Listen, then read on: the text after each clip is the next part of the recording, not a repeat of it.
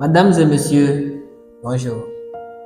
Nous voici dans la deuxième épisode de notre série titrée My Generation. Cette série dans laquelle nous recevons ici pour vous des gens qui ont étudié à l'ENFA de Tove et vont nous parler en quelques minutes de leur parcours, de qui ils sont, mais aussi de leur perspective d'avenir.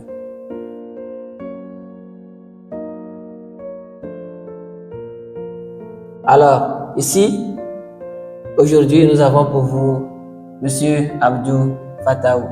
Bonjour, Monsieur Abdou Fataou. Bonjour, Monsieur Kagoulou. Comment allez-vous? Je vais très bien. D'accord. Merci de nous avoir honorés aujourd'hui de votre présence. Alors, nous allons aller directement dans le vif du sujet en vous demandant comment est-ce que vous avez connu l'ENFA de Tove? Ok, tout d'abord, je vous remercie de m'avoir permis d'être ici. Pour ta question, j'ai reconnu l'ENFA de Tove quand j'ai commencé mes études secondaires au lycée. J'avais un oncle qui était dans l'agronomie. Il a fait l'ESA et c'est lui qui m'a parlé de l'ENFA de Tove. D'accord. Donc, c'est à travers ce temps que vous avez entendu parler de l'ENFA pour la première fois. Oui. Très bien. Maintenant, quelles étaient vos attentes quand vous avez pris la direction de l'ENFA de Tove? Quand vous êtes venu ici, à quoi est-ce que vous vous attendiez en fait? Bon, quand je suis arrivé ici, je m'attendais à ce que je sorte d'ici, devenir comme un grand entrepreneur dans le domaine agricole. Voilà, dans le domaine agricole. Ouais. Exactement. Donc, quand vous êtes venu, vous avez choisi l'option foresterie, c'est ça? Oui. D'accord. Et qu'est-ce qui vous a motivé à choisir cette option? Bon, pour l'option foresterie, depuis l'enfance, j'aimais la production végétale. Mais comme j'ai grandi dans le domaine agricole, mes parents et tout ce que j'ai fréquenté dans les classes antérieures, c'était l'agriculture pure qu'on a fait. C'est pour ça que quand je suis arrivé, je me suis dit, bon, il faut améliorer ce que je connais déjà. Et je me suis dit, je vais me lancer dans l'option foresterie et gestion de l'environnement, afin de pouvoir associer l'agriculture à la foresterie, disons l'agroforesterie. Donc, votre objectif était d'en acquérir plus, puisque vous l'avez dit, vous venez d'un milieu qui est déjà agricole. Oui.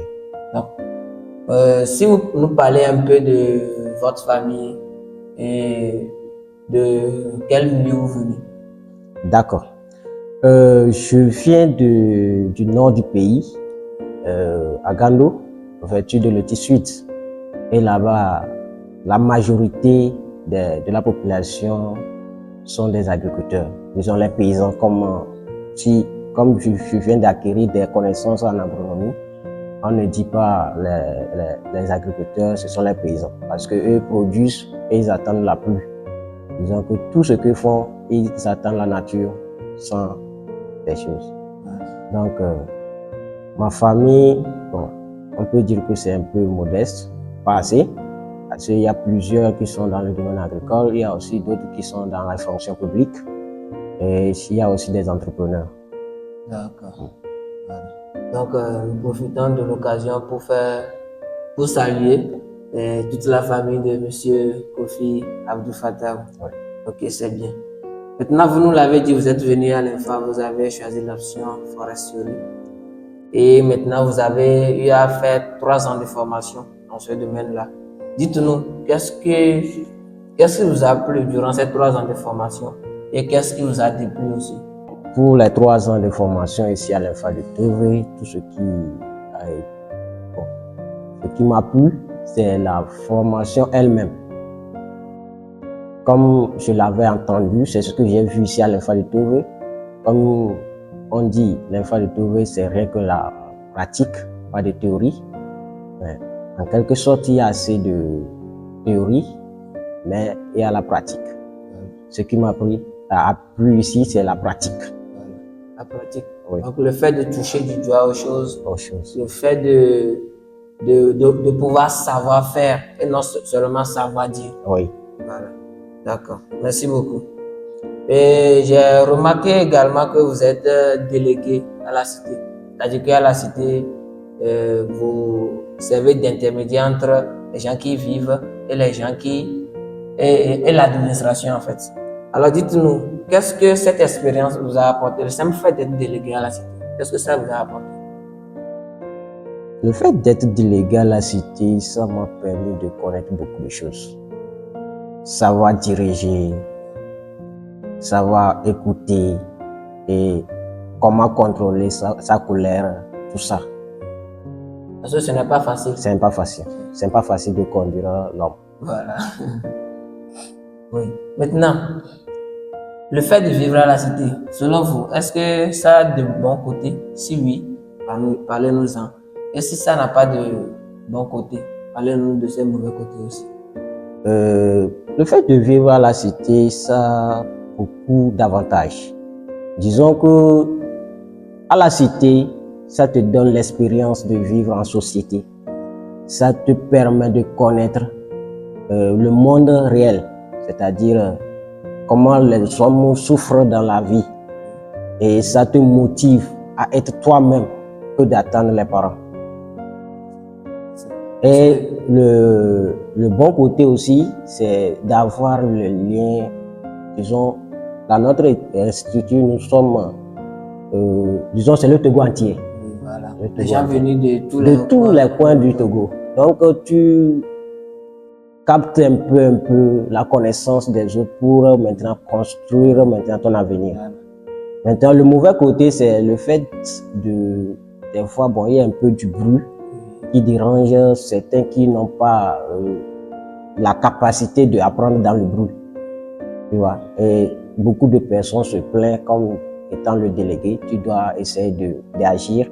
Et en réagissant, tu vois que bon, il faut mettre à l'aise ceux qui font du bruit et ceux qui ne veulent pas le bruit.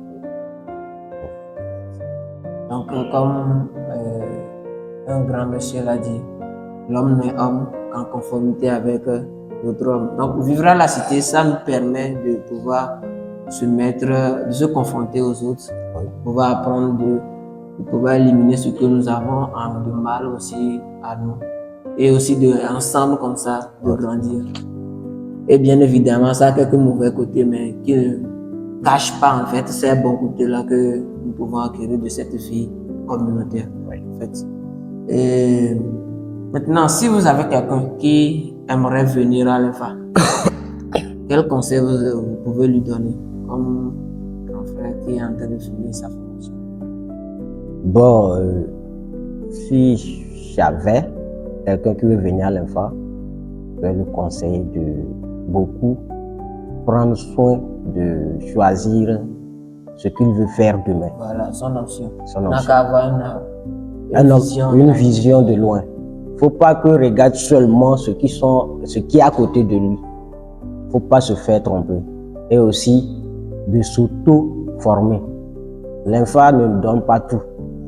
Il y a une manière d'utiliser nos connaissances sur le net aussi pour améliorer ce qu'on nous a donné. Important. C'est très important. Documentez-vous et allez au-delà de ce que vous obtenez ici. C'est important, comme M. Kofi l'a dit. Maintenant, j'ai remarqué aussi que vous aimez la musique. Déjà, vous écoutez quel genre de musique? Bon, moi j'écoute le reggae. Vous aimez le reggae? J'aime vraiment le reggae. Surtout les artistes africains, Alpha Blondy et Tiken Fakoli et certains d'autres. Ces gens, ce sont de grands hommes, des révolutionnaires, si je peux le dire ainsi. Oui. Alors dites-nous, d'où vient cet amour pour la musique et quels sont vos objectifs? Est-ce que bon, dans 2-3 ans, on peut s'attendre à voir M. Kofi à fond dans la musique ou bien bon, c'est comment?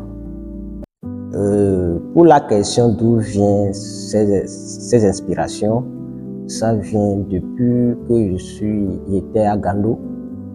Mon oncle, que j'étais chez lui, était un artiste local.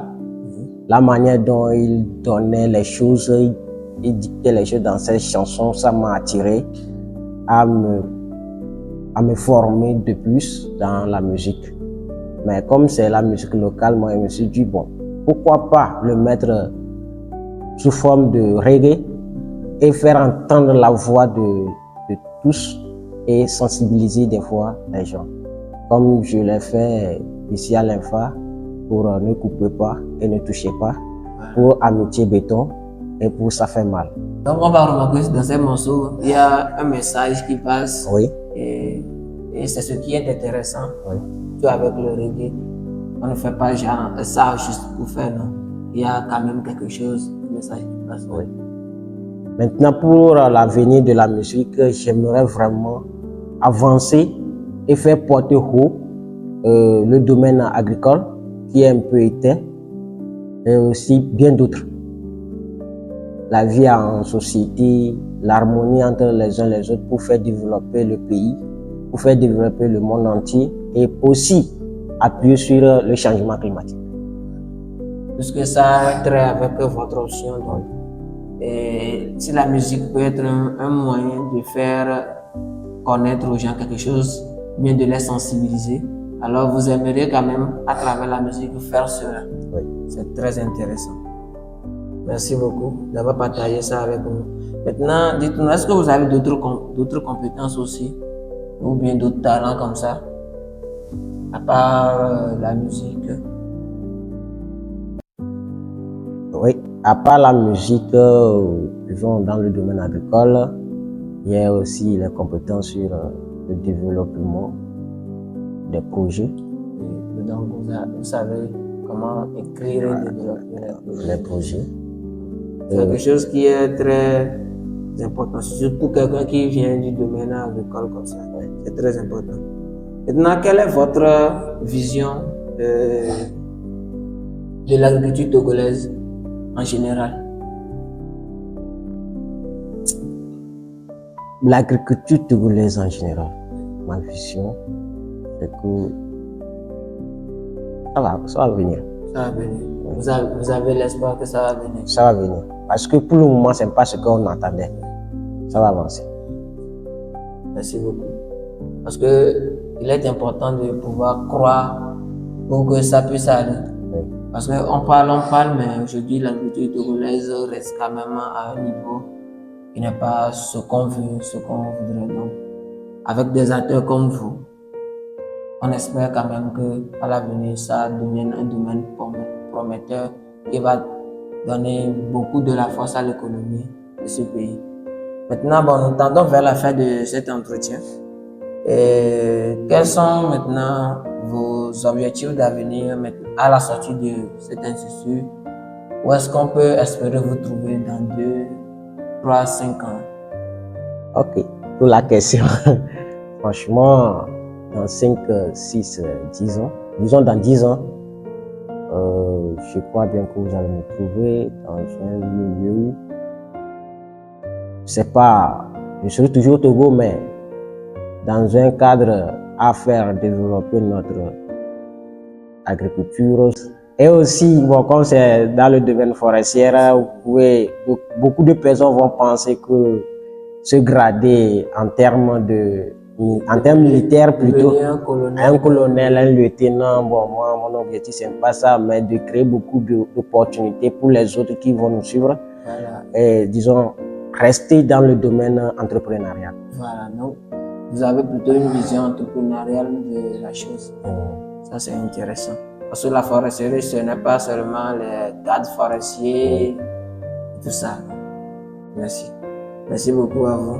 Merci. Maintenant, est-ce que vous avez un mot de fin pour clôturer cet entretien? Ce que j'ai, c'est juste la vie n'est pas facile, mais petit à petit, on peut grandir. Parce qu'il y a beaucoup de personnes qui pensent qu'aujourd'hui ils sont en train de souffrir. Ça, c'est pas la souffrance. C'est juste une formation. Tout ce qui va arriver, on doit l'accepter à 2 mains et avancer avec. Et pour les amis, les frères, tous, je les remercie. C'est pas facile vraiment, mais il y a quelque chose à gagner dedans.